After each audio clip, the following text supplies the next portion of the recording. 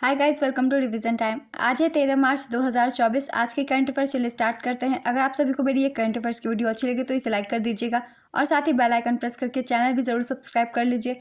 इस तरह के कम टाइम के करंट अफेयर्स की वीडियो आपको हर दिन मिलते रहेंगे। तो चलिए फिर शुरू करते हैं आज के करंट अफेयर्स के क्वेश्चन, मगर उससे पहले जान लेते हैं 12 मार्च को पूछे गए क्वेश्चन का सही आंसर क्या है। क्वेश्चन था फ्रेंड्स, क्रिसिल की रेटिंग के अनुसार वित्त वर्ष 2025 में भारत की जीडीपी कितने प्रतिशत रहने का अनुमान है। Option A 6.64%, option B 8.4%, option C 6.8%, option D 8.6%। इसका सही आंसर है ऑप्शन सी 6.8%। चलिए अब आज के करंट अफेयर्स हम स्टार्ट करते हैं। क्वेश्चन नंबर 1, राष्ट्रपति द्रौपदी मुर्मू ने हाल ही में किसे राज्यसभा के लिए मनोनीत किया है।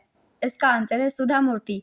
73 वर्षीय सुधा मूर्ति को 2006 में पद्मश्री और 2023 में पद्म भूषण से भी सम्मानित किया गया था। जनवरी 2024 में राष्ट्रपति ने सतनाम सिंह संधू को राज्यसभा सदस्य के तौर पर मनोनीत किया था। राज्यसभा में कुल सीटों की संख्या 250 होती है, जिसमें से 238 निर्वाचित और 12 राष्ट्रपति द्वारा मनोनीत किए जाते हैं। ये कुछ पॉइंट्स हैं जो कि ज़्यादातर एग्जाम में पूछे जाते हैं इससे संबंधित। नेक्स्ट क्वेश्चन, हाल ही में किस राज्य के मांजुली मुखौटे और पांडुलिपि पेंटिंग को जीआई टैग का दर्जा मिला है। इसका आंसर है असम। ब्रह्मपुत्र क्षेत्र में बसे नदी द्वीप माजुली को मुखा जिल्पो और पांडुलिपि पेंटिंग की पारंपरिक कलाओं के लिए प्रतिष्ठित geographical indication tag GI tag से सम्मानित किया गया है।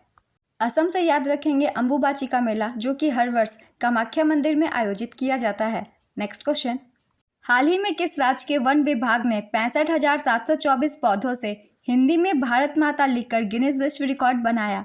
इसका आंसर है महाराष्ट्र। महाराष्ट्र के चंद्रपुर के ताडोबा अंधेरी टाइगर रिजर्व में चल रहे ताडोबा महोत्सव 2024 में यह उपलब्धि हासिल की गई है।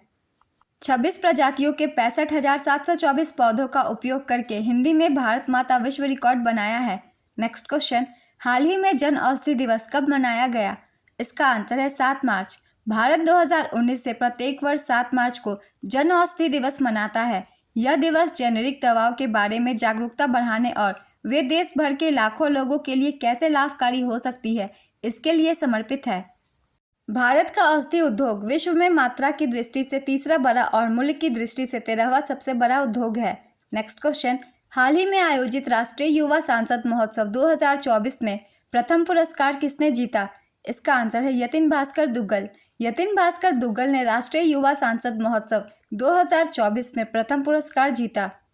प्रथम पुरस्कार यतिन भास्कर दुग्गल हरियाणा, द्वितीय पुरस्कार वैष्णव पिचाई तमिलनाडु, तृतीय पुरस्कार कनिष्क शर्मा राजस्थान। युवा मामले और खेल मंत्रालय, नेहरू युवा केंद्र संगठन और राष्ट्रीय सेवा योजना के माध्यम से जिला युवा संसद, राज्य युवा संसद और राष्ट्रीय युवा संसद जैसे युवा सांसद कार्यक्रम आयोजित करता रहा है। नेक्स्ट क्वेश्चन, हाल ही में किस राज्य सरकार ने विश्व आर्थिक मंच के साथ मिलकर एआई केंद्र स्थापित करने की घोषणा की। इसका आंसर है कर्नाटक। कर्नाटक और विश्व आर्थिक मंच मिलकर बेंगलुरु कर्नाटक में एआई केंद्र स्थापित करेंगे। इसका उद्देश्य कर्नाटक को कृत्रिम बुद्धिमत्ता के लिए वैश्विक केंद्र के रूप में स्थापित करना है। डब्ल्यूईएफ की स्थापना 1971 में हुई थी। इसका मुख्यालय कोलेगनी स्विट्जरलैंड में स्थित है। इसके अध्यक्ष बोर्गे ब्रेंडे हैं। नेक्स्ट क्वेश्चन, नई तकनीकी और सेमीकंडक्टर के लिए भारत किस देश के साथ हुई साझेदारी का विस्तार करेगा। इसका आंसर है दक्षिण कोरिया। भारत ने दक्षिण कोरिया के साथ नई तकनीक और सेमीकंडक्टर के लिए साझेदारी का विस्तार किया। भारत और दक्षिण कोरिया ने सियोल में अपनी द्विपक्षीय बैठक के दौरान प्रौद्योगिकी, अर्धचालक, हरित हाइड्रोजन और पेशेवर गतिशीलता जैसे उभरते क्षेत्रों में सहयोग बढ़ाने पर चर्चा की। सियोल में 10वीं भारत दक्षिण कोरिया संयुक्त आयोग की बैठक आयोजित हुई। विदेश मंत्री एस जयशंकर दक्षिण कोरिया और जापान की यात्रा पर हैं। नेक्स्ट क्वेश्चन, मार्च 2024 में कैबिनेट ने इंडिया एआई मिशन को मंजूरी दी। इस मिशन के लिए कितने रुपए का बजट आवंटित किया गया। इसका आंसर है 10,372 करोड़ रुपए। केंद्रीय मंत्रिमंडल ने इंडिया एआई मिशन को मंजूरी दी। इंडिया एआई मिशन के लिए 10,371.92 करोड़ रुपए का पर्याप्त बजट आवंटित किया गया है। यह पहल भारत के भीतर एआई नवाचार को बढ़ावा देने और देश की उन्नति के लिए एआई का लाभ उठाने के लिए शुरू की गई है। इसके लिए भारत एआई इनोवेशन सेंटर की भी स्थापना की जा रही है। नेक्स्ट क्वेश्चन, हाल ही में चर्चा में रही गेवरा खदान कहाँ है। इसका आंसर है Chhattisgarh. South eastern coalfields limited की छत्तीसगढ़ की गेवरा खदान को इको क्लियरेंस मिल गई है, जो एशिया की सबसे बड़ी कोयला खदान बनने के लिए तैयार है। परियोजना को अपनी उत्पादन क्षमता मौजूद 52.5 मिलियन टन से बढ़ाकर 70 मिलियन टन प्रतिवर्ष करने के लिए पर्यावरणीय मंजूरी मिल गई है। नेक्स्ट क्वेश्चन, किस देश ने युवाओं के लिए सैन्य सेवा अनिवार्य कर दिया है? इसका आंसर है म्यांमार। म्यांमार की सेना ने सभी युवाओं के लिए सैन्य सेवा अनिवार्य कर दी है। सेना ने कहा है कि 18 से 35 वर्ष की आयु के सभी पुरुषों और 18 से 27 वर्ष की आयु की महिलाओं को 2 साल तक सेवा देनी होगी। यह आदेश सेना में सैनिकों की कम होती संख्या को देखते हुए दिया गया है। नेक्स्ट क्वेश्चन, 7 मार्च 2024 को कौन सा देश नाटो का 32वां आधिकारिक सदस्य बना? इसका आंसर है स्वीडन। स्वीडन आधिकारिक तौर पर नाटो में शामिल हो गया है, जिससे द्वितीय विश्व युद्ध के बाद की दशकों की तटस्थता समाप्त हो गई है। नेक्स्ट क्वेश्चन, भारतीय रिजर्व बैंक ने स्थानीय मुद्राओं के उपयोग को बढ़ावा देने के लिए किसके साथ समझौता किया है? इसका आंसर है बैंक इंडोनेशिया। भारतीय रिजर्व बैंक और बैंक इंडोनेशिया ने स्थानीय मुद्राओं के उपयोग को बढ़ावा देने के लिए मुंबई में एक समझौता ज्ञापन पर हस्ताक्षर किए हैं। समझौता ज्ञापन पर भारतीय रिजर्व बैंक के गवर्नर शक्तिकांत दास और बैंक इंडोनेशिया के गवर्नर पेरी वाराजियो ने हस्ताक्षर किए। नेक्स्ट क्वेश्चन, हाल ही में अंतर्राष्ट्रीय सौर गठबंधन में कौन सा नया सदस्य बना? इसका आंसर है पनामा। सेंट्रल अमेरिकी देश पनामा आधिकारिक तौर पर अंतर्राष्ट्रीय सौर गठबंधन में शामिल हो गया है।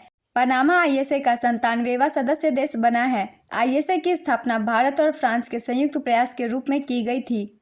आईएसए का मुख्यालय गुरुग्राम, हरियाणा, भारत में है। वर्तमान में 116 देश आईएसए फ्रेमवर्क समझौते पर हस्ताक्षर कर चुके हैं। नेक्स्ट क्वेश्चन, भारत की तीनों सेनाओं का संयुक्त अभ्यास भारत शक्ति का आयोजन कहाँ किया जाएगा? इसका आंसर है जैसलमेर।